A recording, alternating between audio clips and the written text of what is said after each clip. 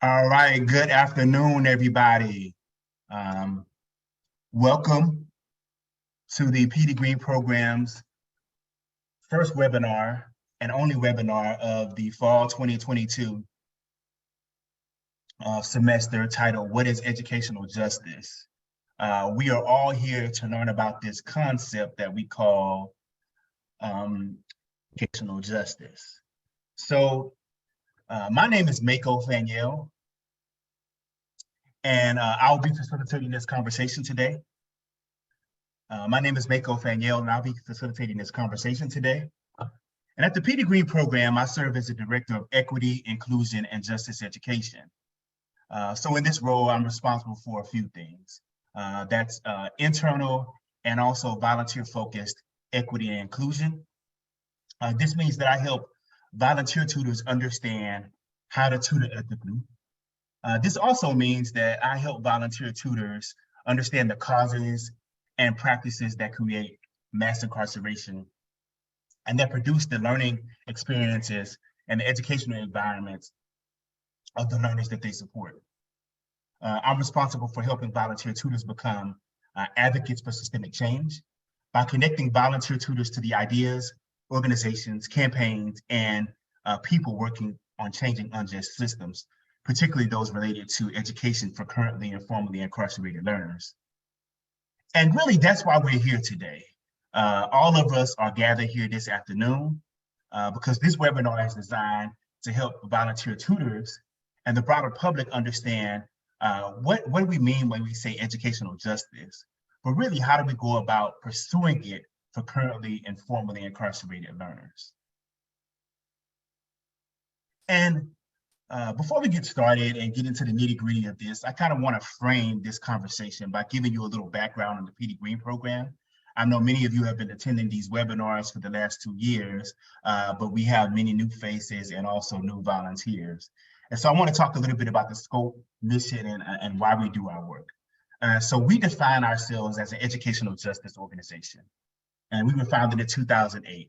And since then, we've grown to be the largest multi-state tutoring program supporting the educational goals of currently and formerly incarcerated learners. And since our founding in Princeton, New Jersey, we have grown to support the educational goals of these learners in states like New Jersey, New York, Pennsylvania, Rhode Island, Massachusetts, Virginia, Maryland, and Washington, D.C. And so the first part of this mission is accomplished through our commitment to providing high quality tutoring. And so in these 14 years that we've been around, we've tutored roughly 16,000 students in over 50 correctional facilities and reentry programs. We've placed more than 3,200 volunteer tutors from 30 colleges and universities in 7 states and the District of Columbia.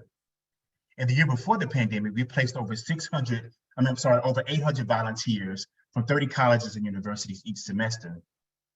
And these volunteers provided over 11,000 hours of tutoring support for more than 2,000 learners confined in approximately 40 carceral facilities.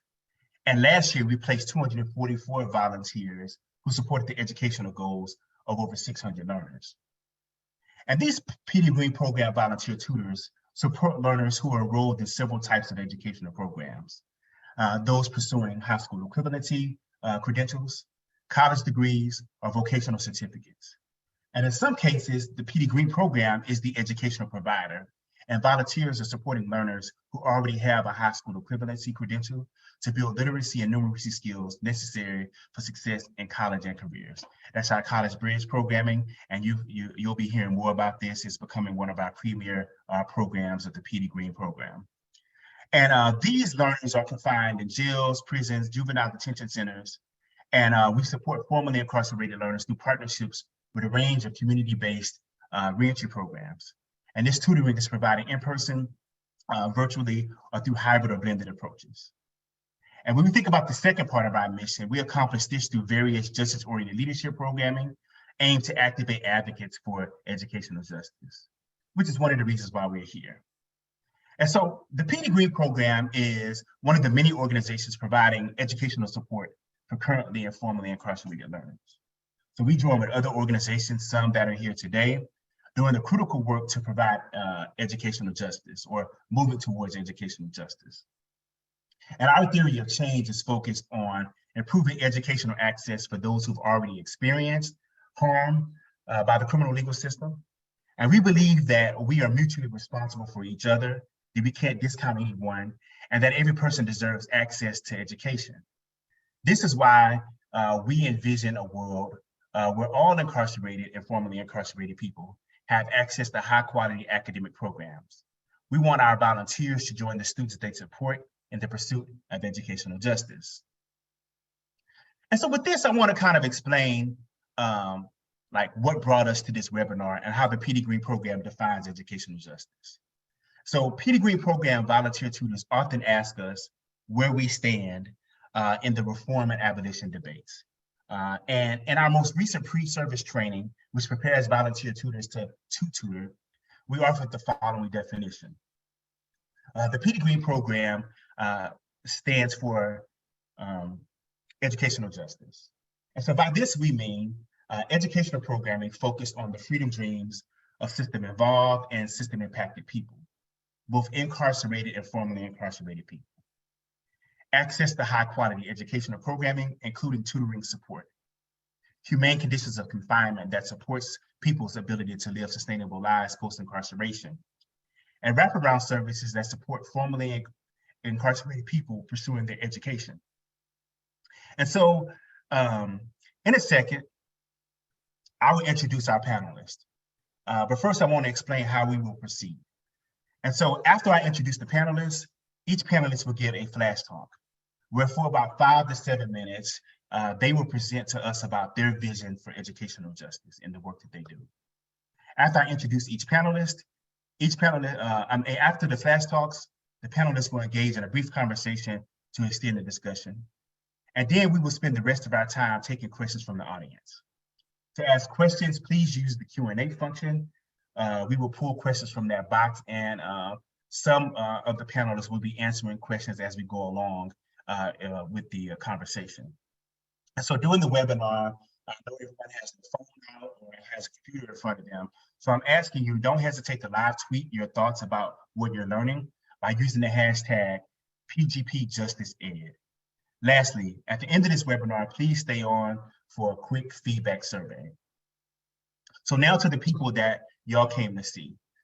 We have 4 heavy hitters that are with us today that will attempt to answer these 5 broad questions. Number 1, what is educational justice? Number 2, what is the relationship between mass incarceration, the carceral state, and educational justice? Number 3, why should prison education programs pursue educational justice? 4, in what ways does high quality educational programming support the freedom dreams of currently incarcerated and formerly incarcerated learners? And number 5, what is the relationship between educational justice, reform, abolition, and freedom dreaming? All right. And so the panelists that we have today is Ved Price, who's the Executive Director for the Alliance of Higher Education in Prison. Rebecca Ginsburg, who's the Director of Educational Justice Project. William Freeman III, Manager of Higher Education Justice Initiatives for the Education Trust. And Christina Dawkins, founder of A for Abolitionists. So I am now going to hand the floor over to our first flash talk, which will be provided by Ved Price. All right. Thank you for having me, William. And I'm assuming we're going to go with this first this question around shifting the focus. Sorry. The questions about your organization. Those questions are going to be in our Q&A. Okay, sorry about that. Yeah, so yeah. No so just kind of explaining our organization and what we do. Sorry about that. Thanks for everybody in the audience for bearing with us and having grace. So I'm Ved Price. I'm the Executive Director of the Alliance for Higher Education in Prison. Our organization is a national organization that's concerned with supporting the entire field of higher education in prison from different perspectives. We consider ourselves a national convener of the field, where we convene experts around critical topics that can help advance this work. We also consider ourselves a resource hub where people can come to find different resources that they need to help support their programs, understand best practices, things that will help kind of shape and create a framework for people to work from when working in this field. So, you know, everything from navigating what it means to look at policies around technology inside of a prison, all the way to navigating relationships between a higher education and prison program and corrections or prisons and things of this nature. So a couple of our flagship programs and program areas, we host a national conference every year on higher education and prison, where we bring in over 500 people from around the world, around the US and beyond, to come together and talk and discuss the different findings, research, and projects that people have been working on across the field. So another one that we have is we have a survey and a landscape project, which was done over the past 4 years, and it's just provided a really good comprehensive resource so people can see what programs are out there, who's doing what in different regions, and the types of programs that are available. So that's just us in a summary. We are growing and evolving our mission and vision to be more fitting for what the field needs. So thank you.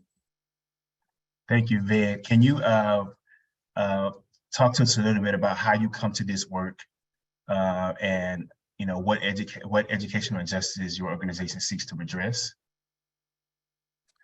Yeah, so I come to this work because I just believe in the inherent value in education, and I think it creates a lot of opportunities for people to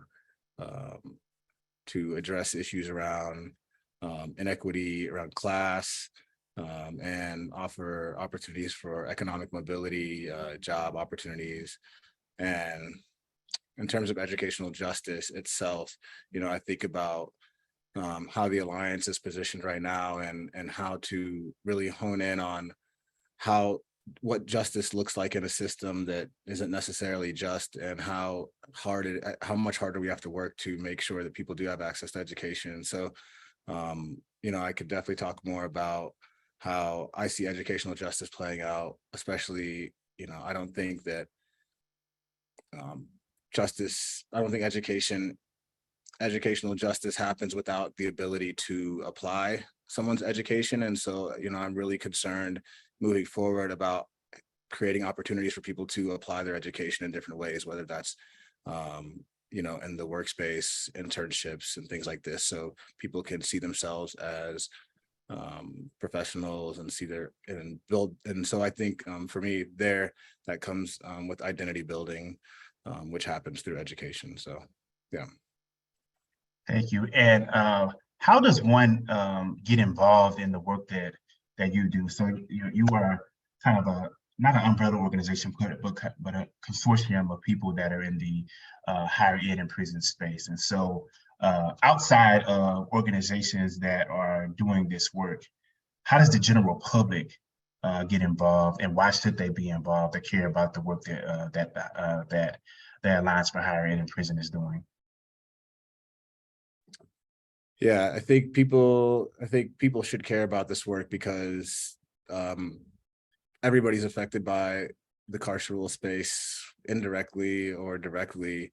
And I think, you know, we do ourselves a disservice when we don't look at the talent and the potential that happens inside of these spaces. And so, you know, for me, I think people can get involved in many ways. They can get involved by joining conversations like this. They can engage in learning. They can step into spaces that are outside of their comfort zone, and engage in dialogue with people who they might not traditionally engage with an open mind. So, you know, I think that's kind of that. Okay. All right, so then we'll come back to some of those other questions in our Q&A, okay? So next, I'll hand it over to Rebecca Ginsburg. And I think, Rebecca, you're going to be sharing your screen.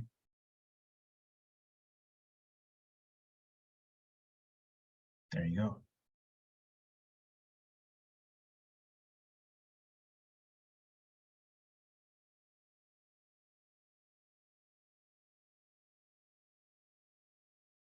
And we can see you. Now you can hear me too. Can you hear me? And you can see the screen? Great. Thank you very much. It's an honor to be here. I have some comments I'm going to try to run down in 7 minutes. How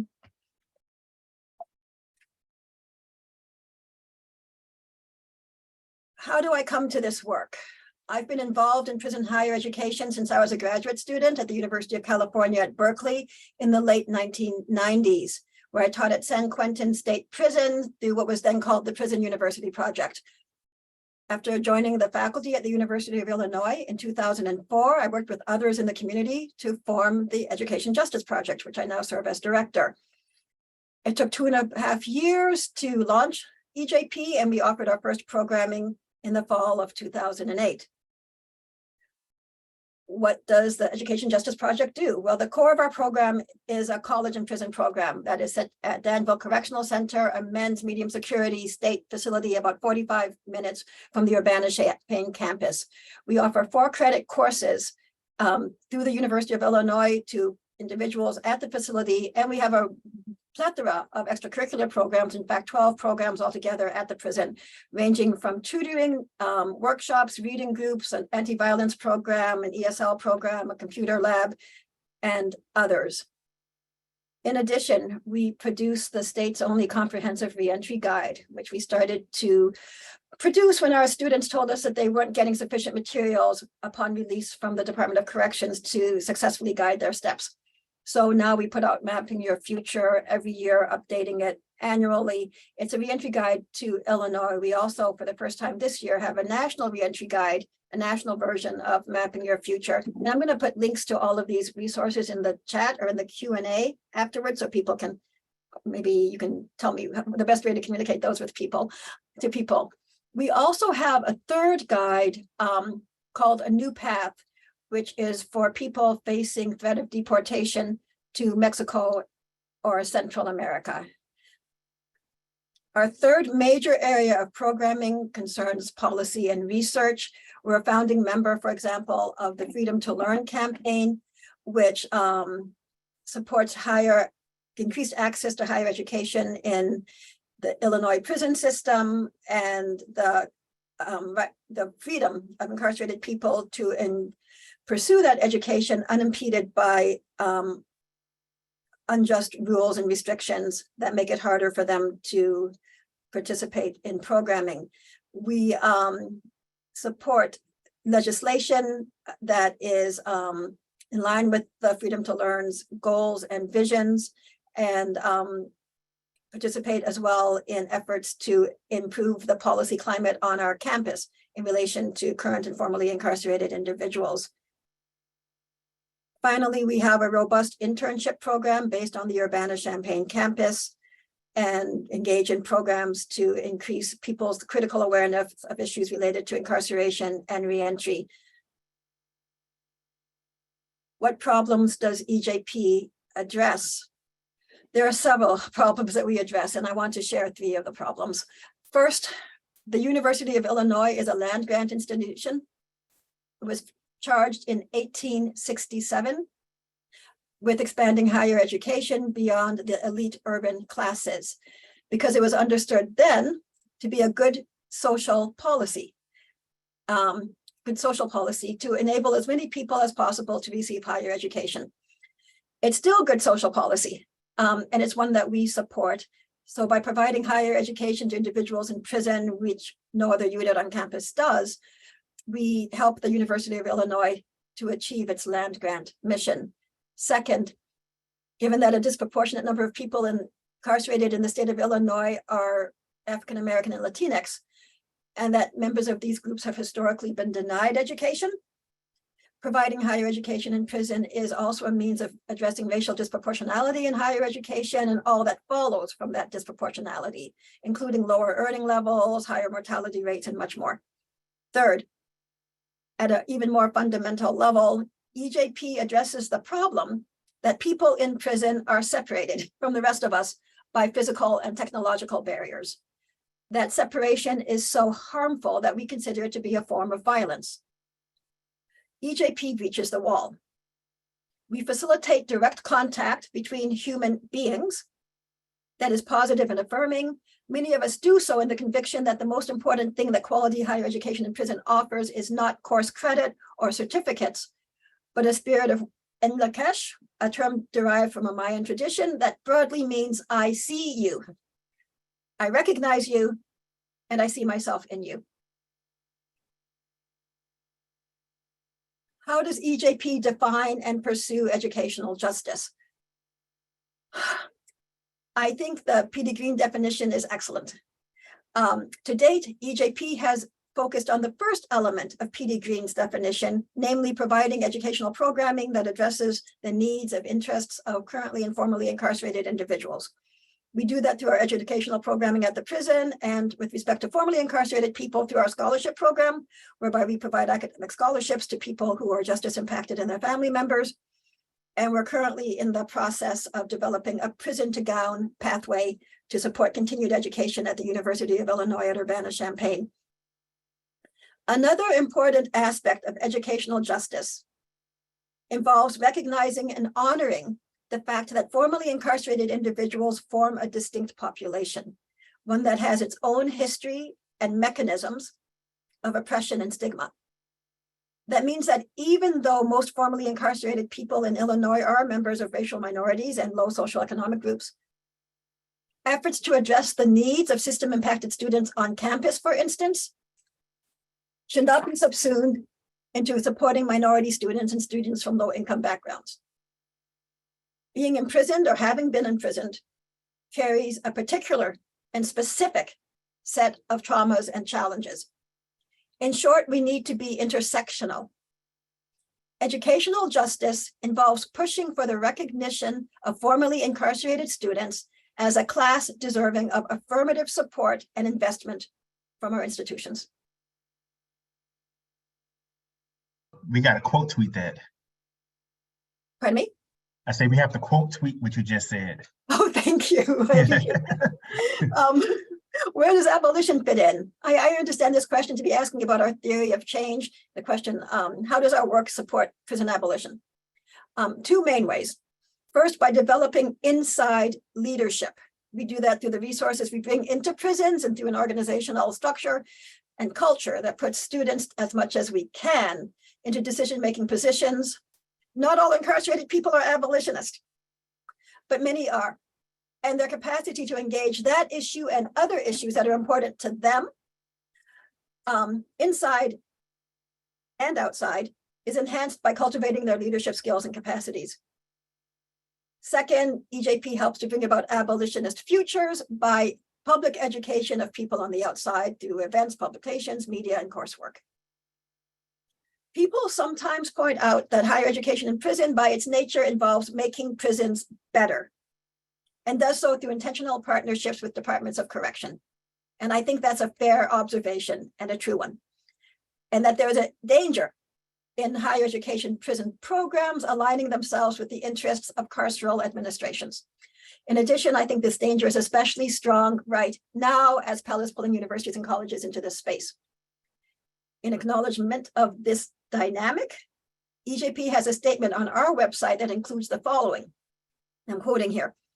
How do we ensure that EJP partners effectively with prison staff and administration, creating soft, smooth running programs that become part of the day-to-day at Danville Correctional Center, the prison where we're based, without becoming part of the prison apparatus?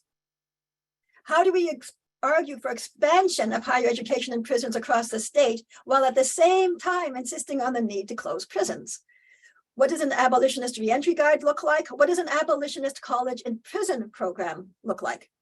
And what would it look like for our host institution, the University of Illinois at Urbana-Champaign, to enact abolitionist values. We are committed to continued interrogation of these and similar queries in a spirit of inclusion and critical reflection.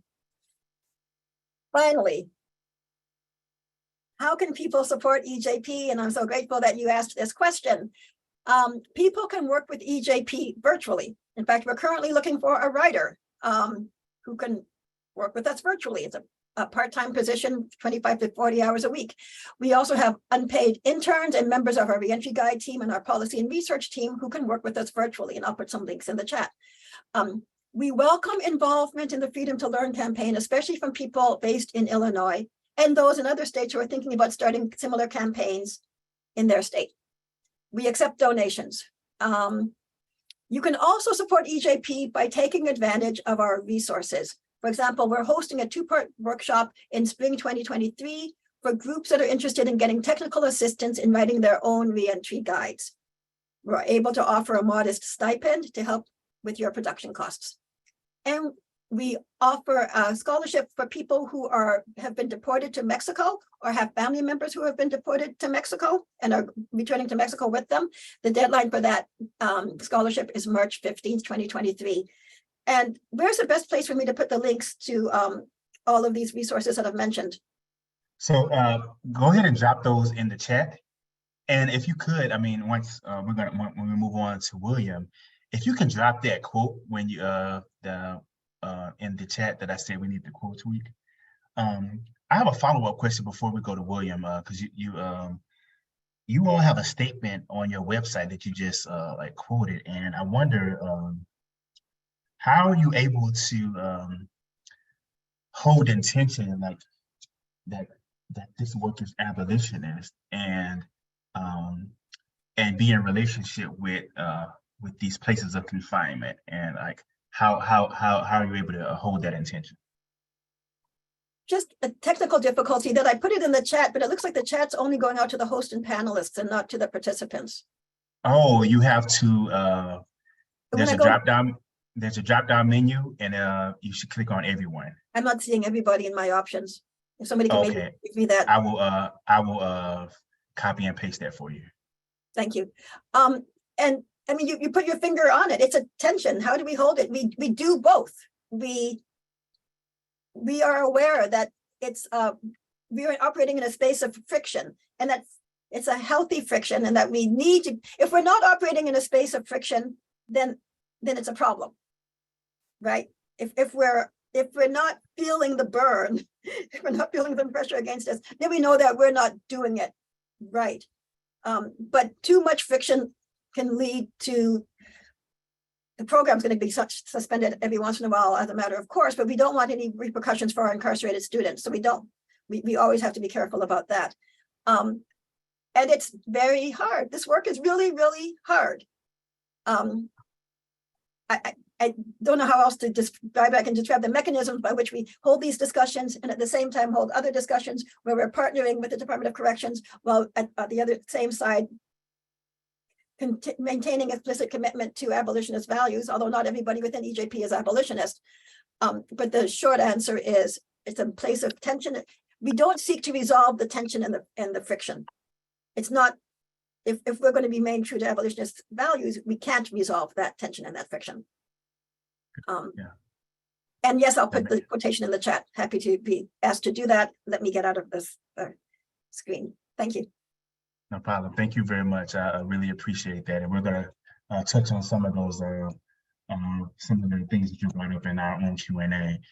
Next, we'll hand it over to William Freeman, Manager of Higher Educational Programs for the Educational Trust. So you have the floor now, William. Do you need to share your screen?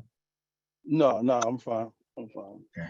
Yeah, I was in transit getting here and making sure the baby was good. So I'm gonna just talk it out.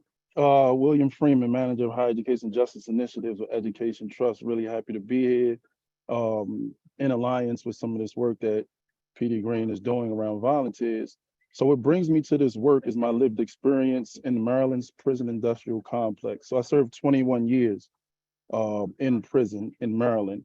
And it was in that time when I was introduced to higher education through Goucher's Prison Education Partnership. it was this program that was more than 80% funded through private donations, because this was at a time before the before Obama's administration announced the reinstatement or the second chance Pell sites, which Goucher was one of them. They were paying for education through private donations. And I want to say, growing up in a resource-strapped community, a food desert, a household ran by a single Black woman working multiple jobs, this is what brings me to this work that I do now with the Education Trust. And what Ed Trust does, so Ed Trust is a national nonprofit org that works to close the opportunity gaps that disproportionately affect students of color and students from low-income families. Through our research and advocacy, Ed Trust supports efforts that expand excellence and equity in education from preschool through college, including college behind bars, which is my specific work. Historically, low income and students of color have been underserved in this work.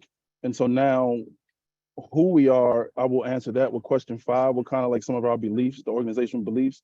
I think that speaks to that. And how we do this work. So I want to speak specifically to the work that I do managing the fellowship of the Justice Fellows Policy Program, which is a diverse cohort of 8 individuals selected out of a pool of applicants around the world who have the lived experience of prison and either higher ed prior to, during, or after incarceration. And so, again, central to the work is elevating the voices of individuals who have this lived experience and to extend our policies and to question whether we're asking the right questions or proposing the right solutions. So we launched last year the inaugural Justice Fellows Policy Program, which I had the opportunity and privilege to be a part of, one of 8 selected out of more than 430 across the nation. And it was a diverse group we had folks from California, Louisiana, Atlanta, Philly, Seattle, Washington, me in Baltimore, to speak to this work and the difference, the way, and again, it was also split along gender. So there were 4 women, 4 men, primarily of color. We had one person who would not fit that, but was also just as impacted for an extended period of time. And some of us had degrees, some of us didn't get an opportunity to take part in higher ed in prison as a result of lack of access. So we're talking about some of the women, especially in states like Texas, that have programming for men and not for women. We had one of such fellows. Throughout the fellowship, we as fellows used our lived experience to review, amplify, and reflect on Ed Trust policy recommendations. Now, the fellowship, we just completed our selection process for the second cohort. Really excited to announce that we landed on another 8 really phenomenal and diverse group of individuals across all kinds of varying degrees, from gender to gender identity to race, and across the nation as well, Midwest, West, and East Coast, really being intentional about who we select for that. And what are the educational injustices that the org seeks to redress? Again, Ed Trust is an organization working from K through 12 to include higher ed, like, college. So that's a dense question to ask. So I just will speak to the specific work that I'm looking at. And the gaps are that, especially when we think about the fellowship, there are not enough opportunities for justice-involved people to engage in social political spaces where these policies are crafted and thought and in community of folks who don't have this lived experience, and to define and structure justice impacted people's educational journey. So I think that's a huge gap that with this fellowship, Ed Trust is attempting to, 1, address, but 2, show other folks that this work is possible. Again, it's not enough opportunities. You're talking about 8, and this year we had over 540 applications submitted, which was then reduced down to about 76 videos that were sent in, which then was reduced down to about 25, 26 Zoom interviews, all folks who were justice involved, system impacted, and having some intersection at higher ed and incarceration that they wanted to work on. How does your organization define educational injustice? And again, I did not read the article that PD Green program has put out, but I see that you specifically referenced that article. really working, really working to wear about 5 or 6 hats in this space, in addition to still try to find family time. So I didn't read that, but I would say again, it's in our mission about educational justice, is like not trying to speak to what folks who have this lived experience need, but including them at the table. Again, we had opportunity to give comment around the FAFSA simplification, and even some of the responses in that space to that FAFSA Simplification Act went over folks' head, was like, well, you know, what's the issue with naming the application a certain name, right? And there's a lot in words. Words have power, words have meaning. We know that when we talk about inmates and other names like this that are dehumanizing, and then it was just getting folks to think just a little bit deeper about, do I want to be an incarcerated learner, or I just want to be a student, right? And again, going back to the who is kind of like, why is educational justice a key part for the work that I'm doing? So, and it says like, so educational justice is a key part of the work that Trust does. Specifically, again, I'm speaking to this work that I've been hired to do in partnership with the organization, is because we believe that the power of education to close the gaps that separate students from low-income backgrounds and students of color from other young Americans. And we believe that schools and colleges who are appropriately organized, and I think now I'm going to deviate, right? So the org might not say this, but in the work I'm intentional about this, that the curriculum should be reflective over the classroom that it's being handed to, about that. And so that can help virtually all students master the knowledge they need to succeed.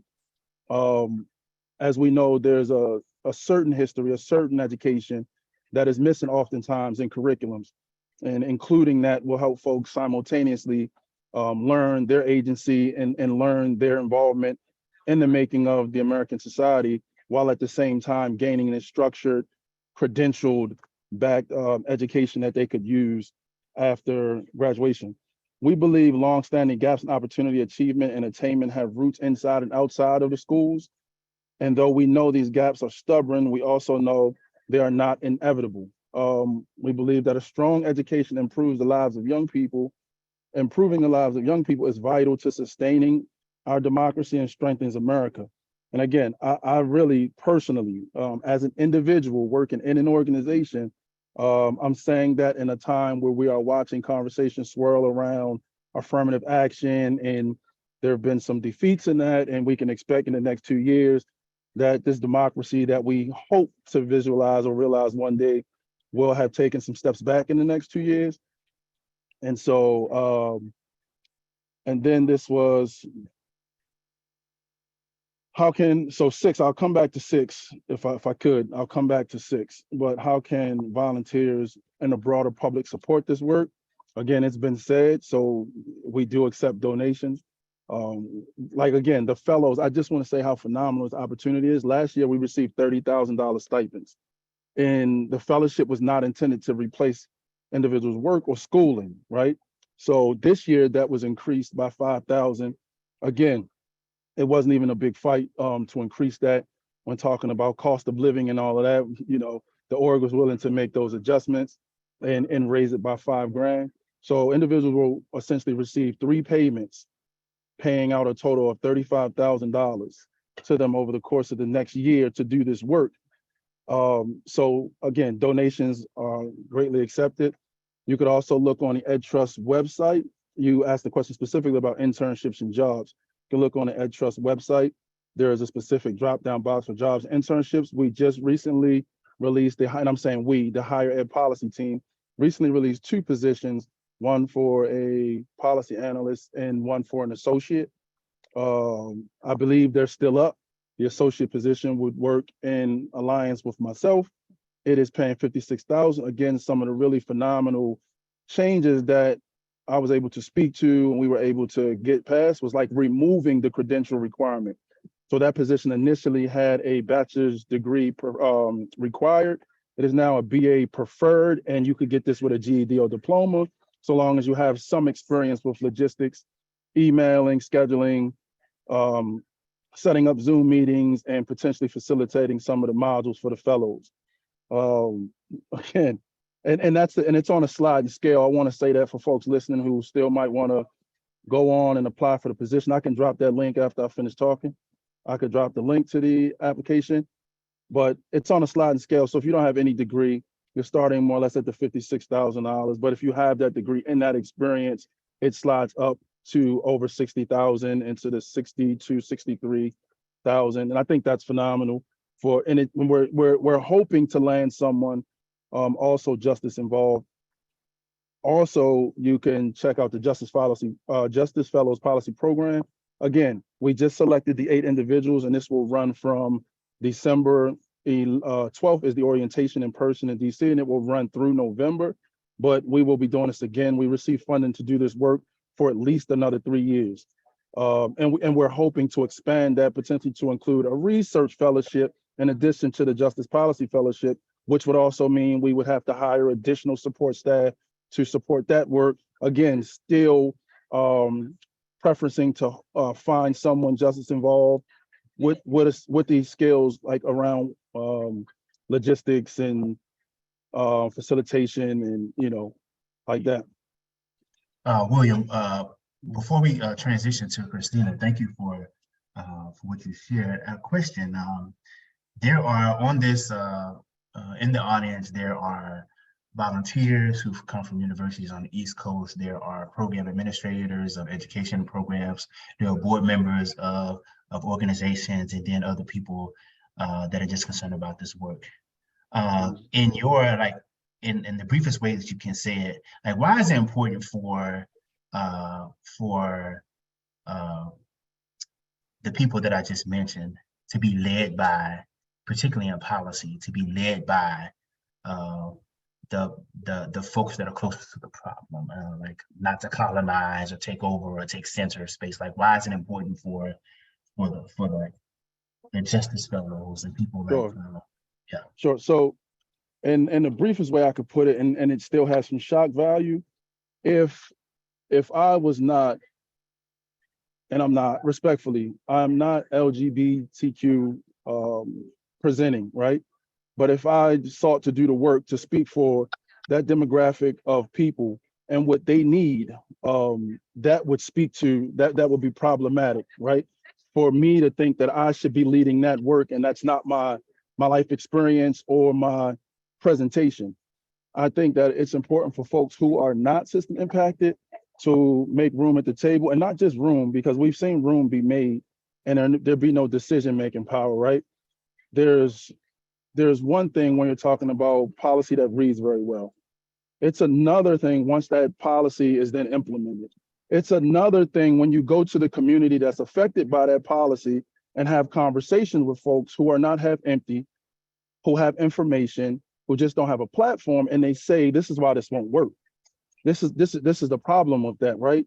That reads great. I love the way that reads.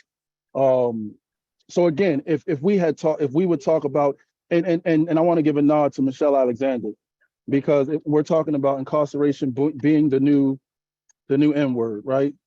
Mm-hmm.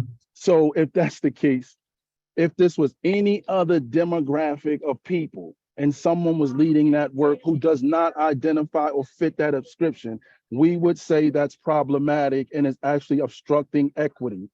That is retarding the voice of people who have a voice, right?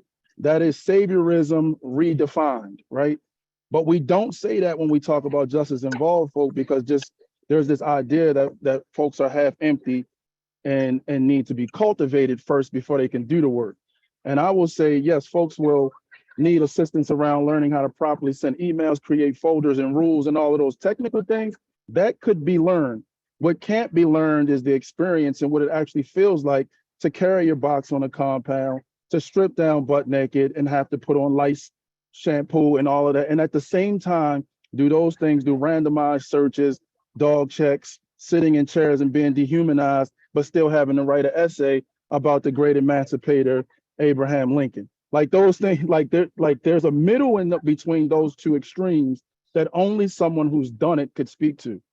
And so if this work is for us and is intended to assist us as we assume full personhood, I don't say citizenship, because I do think until voting across the nation is restored for all folks and gun rights, and we put a cap on criminal background checks and think about some clean slate policy, like those things are revolutionary, correct? But until those things happen, I doubt that citizenship is something I could bear. So I will say personhood, because I could be a person and be void of those things, right? So I don't know if that answers your question. Yeah, you answered it. We'll come back to some of that. I want to go ahead and transition to Christina. Thank you, Christina. Hi, thank you. And hello, everyone. I'm happy to be here. So I founded A for Abolitionist, which is a social justice consultancy, and I work with education and arts organizations to develop projects that combat forms of modern day slavery. And modern day slavery includes human trafficking. It includes types of punitive incarceration, immigrant detention, and forced marriage. So I'm a scholar of human rights, and I've been teaching in prison for a number of years. I teach women's rights. But I focus on intersectional injustice that centers BIPOC women and girls, because it reflects so many of the systems that are meant to maintain a caste system and to support racial capitalism in this country. So specifically in my education justice background, related to the work of P.D. Green, I founded the Justice in Education Scholars Program at Columbia, which is focused on folks who are formerly incarcerated, continuing their education. And I founded the Lang Prison Initiative at the New School a few years ago, and which is, I'm glad to say that program has shut down because the prison closed. So that's the best way for it to end.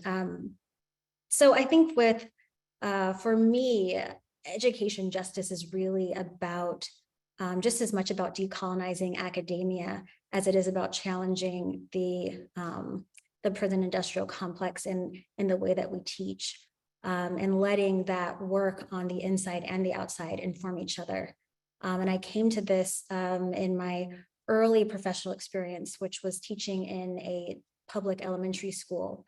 I was a teacher's assistant for 4 years in college, and I loved that work. It was my first teaching role, and my student success was always a reflection of me and how well I was doing as an educator, as an administrator, connecting with them. If a student didn't get something, then I wasn't teaching it effectively. I need to find a different example. Am I teaching to their strengths? Did something happen at home before school? Maybe we should go for a walk. We can come back to the lesson when they can better focus. So I was doing that kind of work half-time to pay for my full-time college, which was at Northwestern, a private university. It was a great education, but one I'm still paying for. And that college experience was completely reversed to what I was doing when I was at work. At Northwestern, if you're smart enough, you'll be accepted to the college. If you have what it takes, you'll succeed. You didn't want to go to a college that accepts everyone because lack of access means prestige. I didn't want to go to a school I could afford because that must not be good quality. Elite schools are super expensive. They were out of my reach without massive loans. So in designing the Justice in Education Scholars Program, the Lang College Program, I wanted to reject this myth of meritocracy in academia and reject that lack of access means prestige and eliteness. So my programs accepted everyone who had the literacy and writing level to perform the work, and the rest was on my team and myself to deliver programming in a way that was culturally responsive, that didn't try to transplant this Eurocentric model of academia into a prison. And then also certainly for the program, working with people returning home to partner with organizations that address housing insecurity and food insecurity to really create a holistic program design that recognizes that nothing exists in a vacuum, that educational justice needs to see all of society. And I got to work with rock star professors who really supported that mission and doing a lot more than what is expected, as a college professor, which is a lot of work. Not saying it's easy, but this is not the typical job expectations. So I think we have to recognize and respond to what creates injustice in our society and systemically in order to create educational justice. And I am obviously an abolitionist, if you could probably tell from the title of my consultancy. And so I do get the question of, how are you an abolitionist and teach inside? And I teach inside because people are there. They're trapped inside a system of injustice, and providing an opportunity to exercise their human right to get a quality education is worthwhile and important work. So it's not, it doesn't perfectly fit. And I echo what Rebecca Ginsburg said. I don't want it to perfectly fit. That would be a horrible thing if there was absolutely no tension. I want to be pushing and grading a little bit, because otherwise I'm fitting just fine into a system of oppression. I do think the college and prison programs are super important, and don't want to get the program ended because you're just showing up and in a way that's counterproductive. But I think strategically, are you teaching to transgress like bell hooks teaches us, or are you teaching to perfectly align with the system? I think that's really what I try to find a balance in, and then live within that discomfort. And I'll end with saying just the work that I'm currently doing.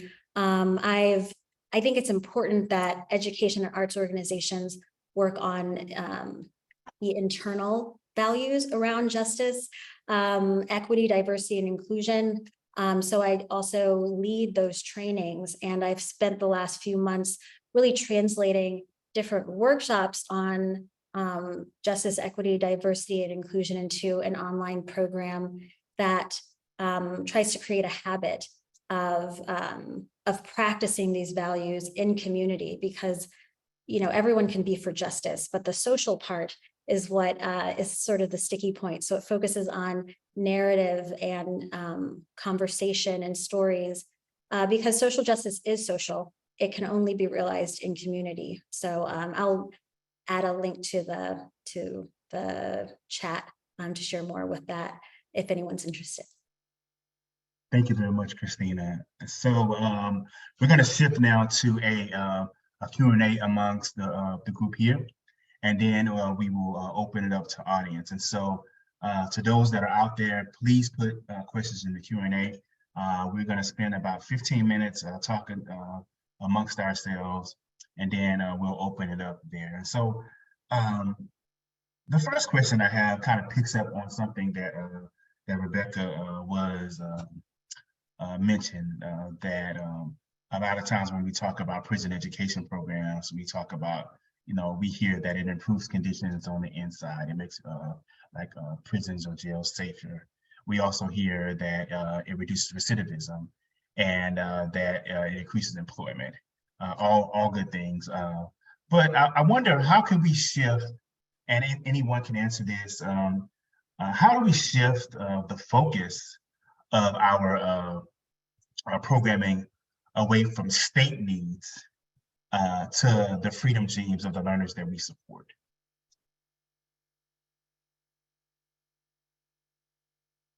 And anybody can answer that. Yeah. Could you say the last part again? Yeah, so how do we shift the focus of our programming away from the needs of the state and governments and the prisons and for economic reasons, to kind of the freedom dreams or educational dreams of currently and formerly incarcerated people? Go ahead, Rebecca. Hi, thanks for the question. I think there's different ways of doing that. I can share what we've done with an education justice project to try to address that's very specific, that exact question. And that is that we reached out to a extraordinary program evaluator based out of University of Wisconsin, Nicole Robinson, and hired her to work with our program alum and our current students to develop an evaluation that does not look at recidivism or any of the traditional metrics, but examines what to them, in their terms, a successful college and prison program looks like.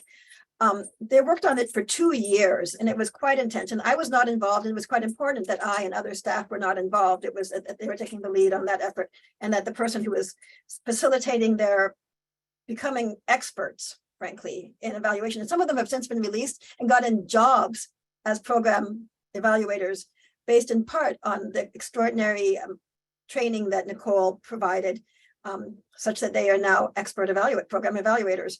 And they identified 3 goals for higher education and prison programs. And our next step is to implement the program evaluation with the instruments that they identified will help us to know whether or not we are meeting those goals, and then to adjust and revise our program content, delivery, operations, logistics, governance accordingly.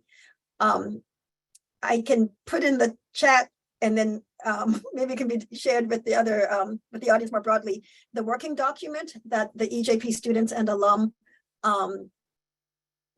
devised that identifies, and I'll just say them very briefly because it's what our students came up with, and a different program would identify different goals, but the goals that they identified are I was writing here.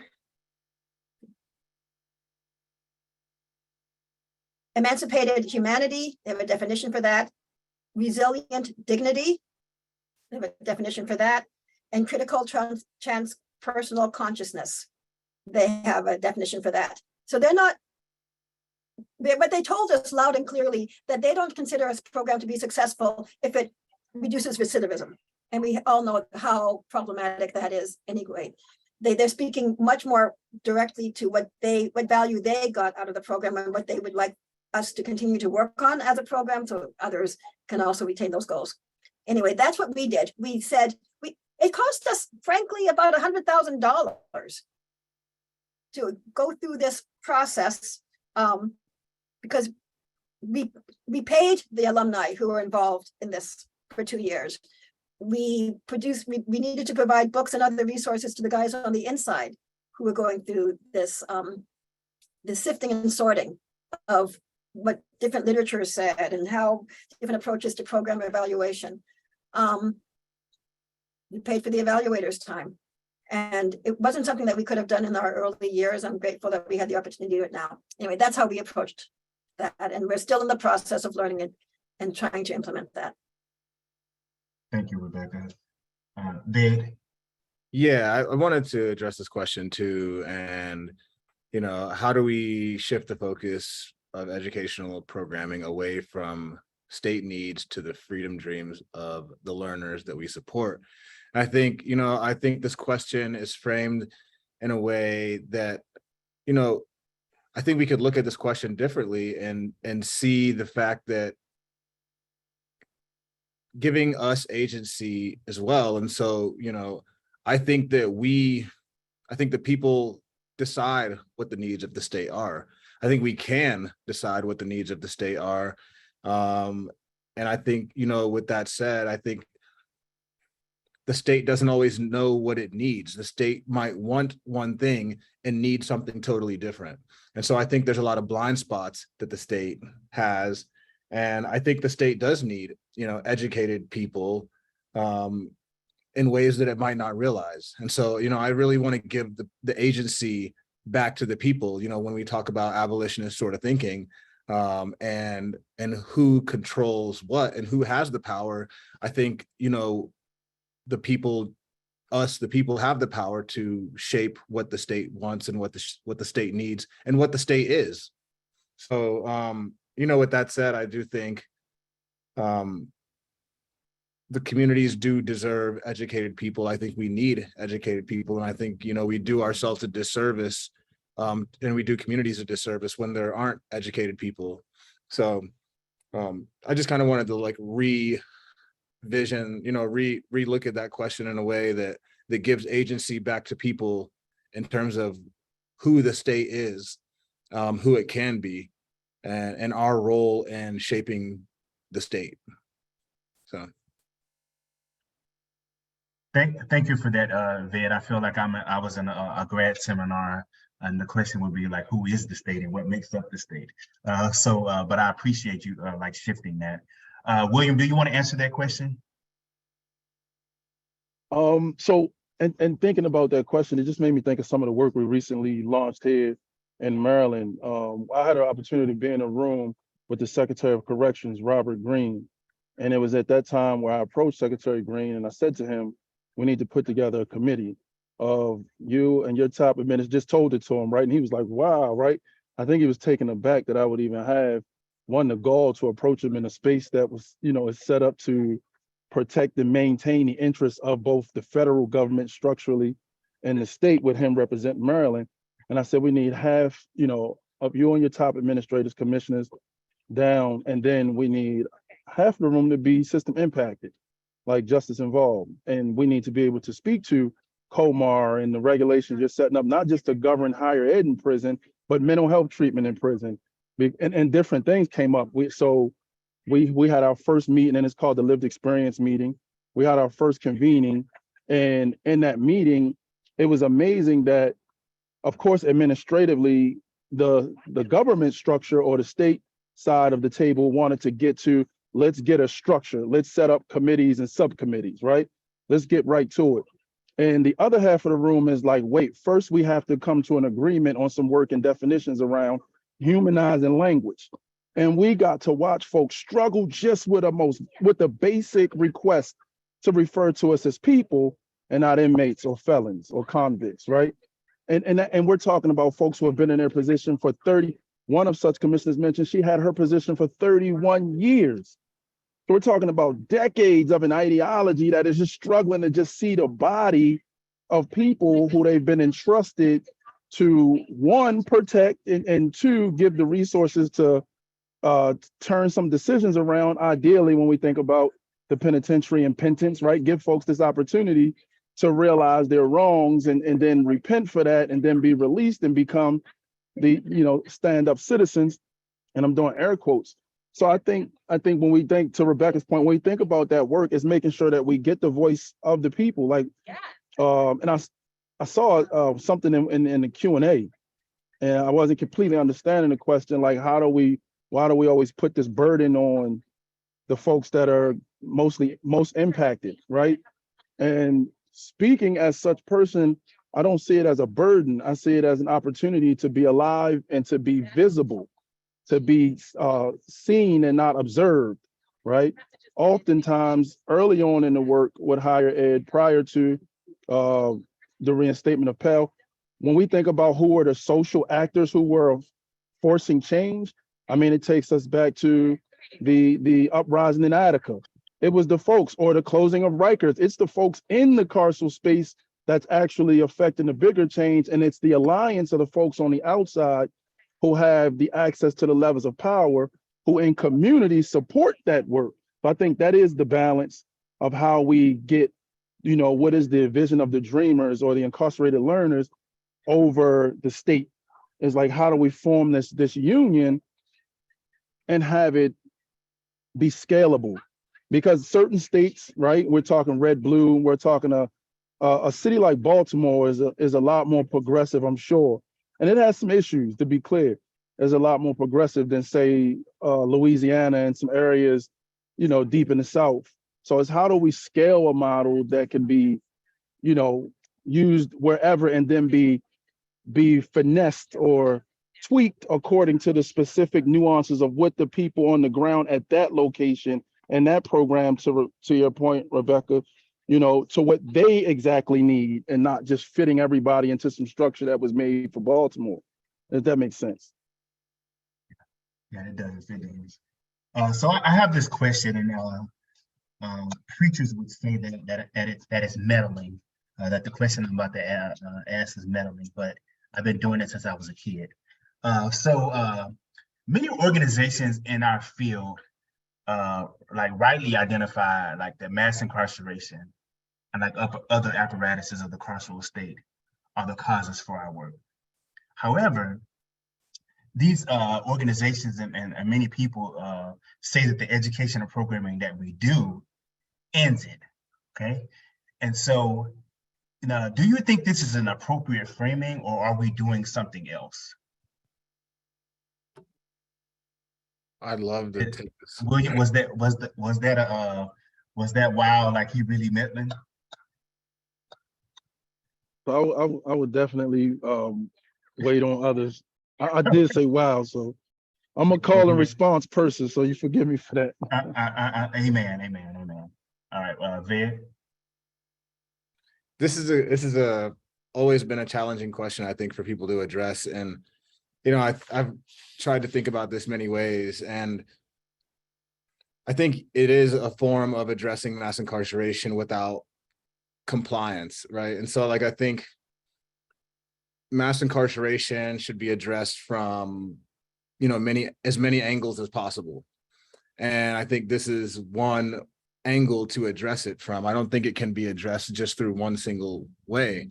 And I do think that it's important for us to call out the fact that there is dissonance when doing this work, and what it means to try to navigate these spaces of control and power in a way that still challenges the structure without being in full compliance. But I do think, it's important for us to really understand how to navigate these spaces in a way that doesn't kind of what Rebecca and Christina mentioned earlier, which is create more of an adversarial role that the consequence of that impacts the students and programs being suspended or people being not getting access. And when thinking about, abolitionist thought and radical thought, I do think that one has to consider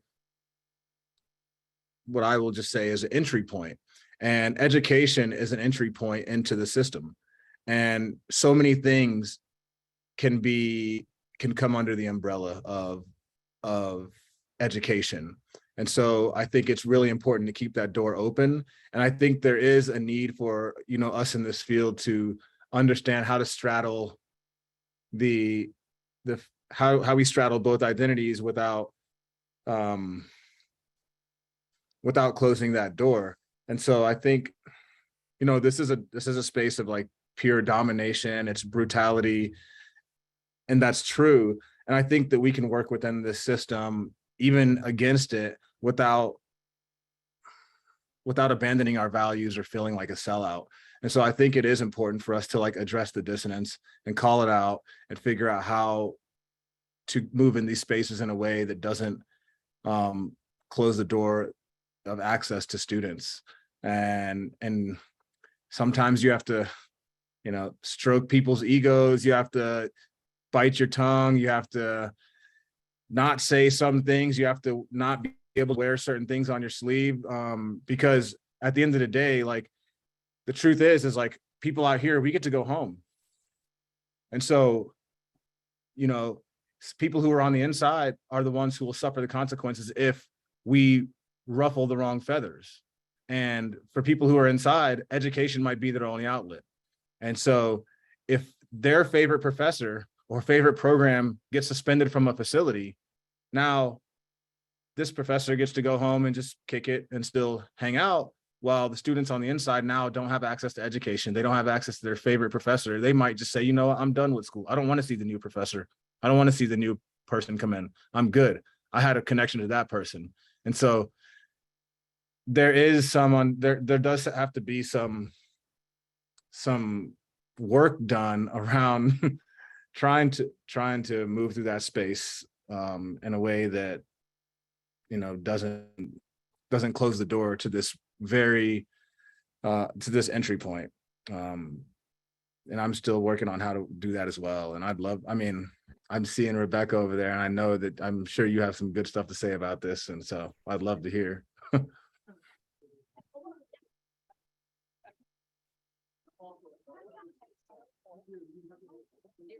I'm happy to respond very quickly because I think William also has something that you just took yourself off mute as well, right?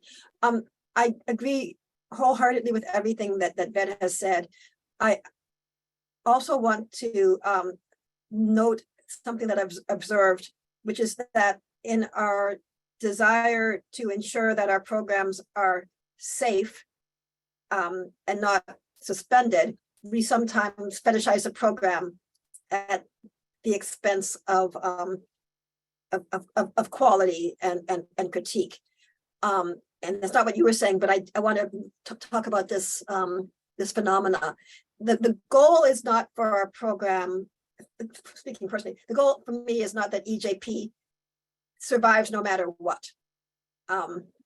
There are some poor higher education and prison programs out there.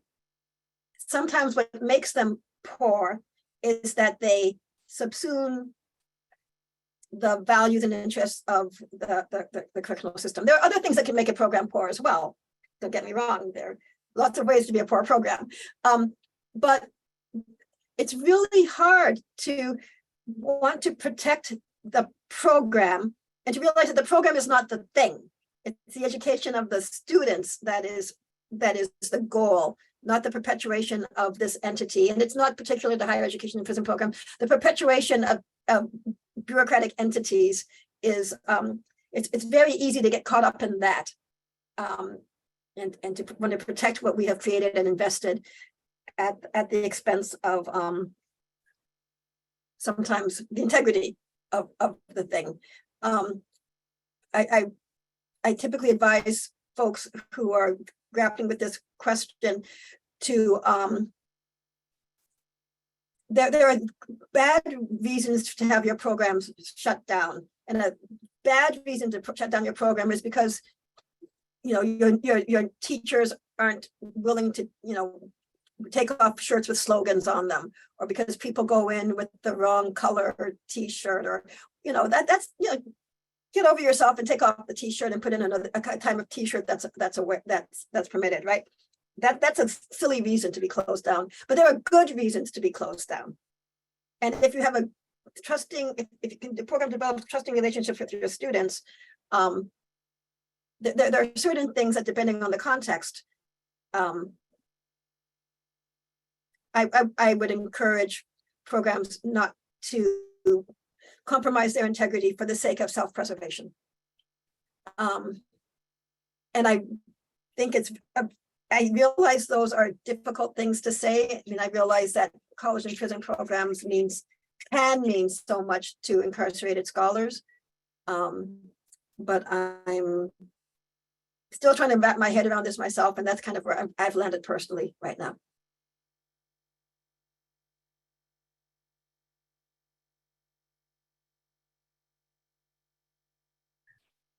Thank you all for that. You answered a lot in that, and so I want to. I have two more questions that I ask before we go to some of these audience questions. And so we have something called like pre-service training, which is the training that volunteers have to go through before they're able to tutor. And so one of the things that they learn in this pre-service training is to avoid this concept of carceral humanism, meaning like applying like punitive logics to social problems. Okay, sort of like the criminalization of welfare programs or something like that. And so we talk about how they're like our volunteering and our work must avoid the harms of the carceral state.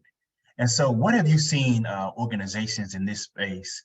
Like how have you seen organizations in this space like avoid like carceral humanism, and yeah, what are organizations doing to avoid kind of like duplicating harm?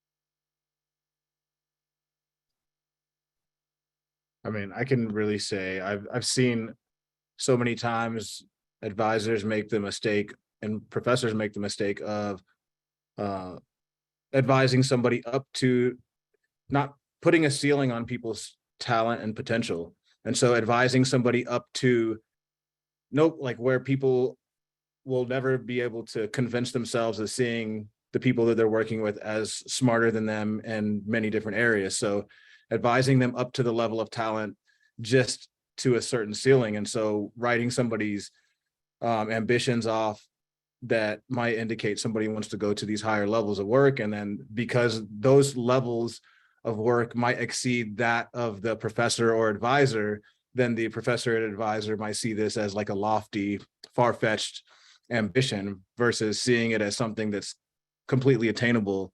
And so I think it takes sometimes for these people to maybe check their ego and maybe check their biases as well, and stop, advising people, up to a ceiling level, and it being okay and really doing some self-reflection and see what that's about seeing, like, can I actually see somebody who's incarcerated as being way more advanced in their thought than me? And I think that's a challenge that a lot of people struggle to see.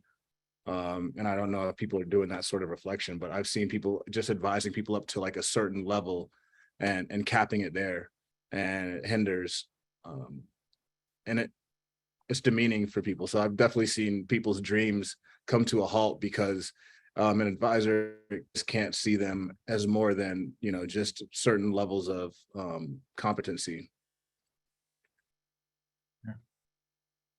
Anybody else? I would add that I see that academia and lots of institutions just opt into replicating things that the carceral system does that nobody even asked them to do by sort of adding things out. I don't want to, well, whatever. I was like, I don't want to like bust out different institutions, but one institution had they don't do this anymore, but they would interview. They not only like had the box, they would interview students who had a felony conviction to like have them come and speak. And I was like, so you just set up a parole board like, in the application process. Like, why are we doing this? And so sort of continuing it in lots of ways that, and I think it just comes from a lack of interrogation, like the lack of sort of self-reflection at an institutional level, that if you're not sort of challenging yourselves, if you're not defining your principles and saying we want to be different than this punitive model, then you're going to fall into the punitive model because that's what's in place. If you don't design for who you want to be, then you're going to be whatever system is already there. And so I think it's important for institutions and organizations to critically examine how they operate, because if you haven't, you are reflecting the system as it is. So if that sort of critical work hasn't been done, then you're doing something you probably don't want to advance, because that's what's required to actually, you have to create something new, because we know that we're in a system. So there's no sort of neutrality. You're either working to build the prison industrial complex or you're working to tear it down. There's no sort of middle space. So I think, you've got to examine it and make choices. Otherwise, you're going to just go with what's already in existence. Thank you. So this question is for Ved and Rebecca, and then I have one for Christina. So Ved and Rebecca, why is tutoring support necessary for educational justice? And this is when you have a guest preacher to say things that the regular preacher can't say. So why is, this is selfish to PD Green program, but why is tutoring support like necessary for like educational justice, or just for like educational program in particular at the college and prison level? I can jump in, just, and maybe it's a trick question, but it's an easy question, because learners need one another to learn. We know that that's one reason that in-person instruction is better than correspondence or online instruction, because people bounce ideas off one another and ask questions and learn the material in community, in discourse and conversation. Students on campus have access to tutors, They have access to roommates. They have access to the guy down the hall. They have access to somebody in the cafeteria or in the coffee shop. These are all tutors. These are all people that we rely on to make sense of the material. Within prison education programs, we have to be more intentional about creating conditions in which people have access to one another to learn and discuss. And especially in institutions and facilities that don't have internet access, bringing in folks that students can bounce ideas off of and engage in intellectual discussion and discourse with, whether it's on curricular stuff matters or not. I mean, when our tutors go in, sometimes they're talking about class assignments, sometimes they're talking about the elections, sometimes they're talking about whatever the sporting thing is that's happening right now. I'm so bad at that, but football season. But you bounce ideas off another. That's what universities are, right? That's what learning communities, intentional learning communities do. So we need one another, and whatever you call them, tutors or just people in the space that can talk and read and discuss and argue together contributes to better learning outcomes, not only for all of us, right? And it's not, as P.D. Green does such a brilliant job of pointing out, the learners are everybody in that space, not just the enrolled incarcerated students. Everybody in that space is a co-learner. Thank you very much for that PSA for us. So I'm gonna end with that question. I asked that question because part of how we define educational justice is high quality educational programming that includes tutoring support. And I guess we are trying to scream from the rooftop the same thing that you just said, that students on campus that have not been incarcerated or have access to all these things. And so when we think about justice and think about like all of the small things that makes one successful in matriculating through college, if we're really concerned about justice, then we need to put this into our fundraising strategies, because that's about the equity for the learners that we're supporting. Okay, so I'm going to close that out. Really, thank you all very much for hanging out with us today, providing these definitions.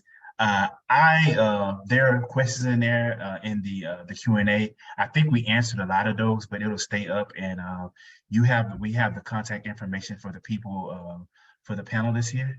And so we are gonna we have a survey that's gonna pop up when this webinar ends, and we also are asking that you all help us in the work that we're doing. And so one of the ways that you can help us in the work that we're doing is by donating to the P.D. Green program. And so as a nonprofit organization, the work that we do is funded, and the programs are funded, like going inside of the prisons, the tutoring support.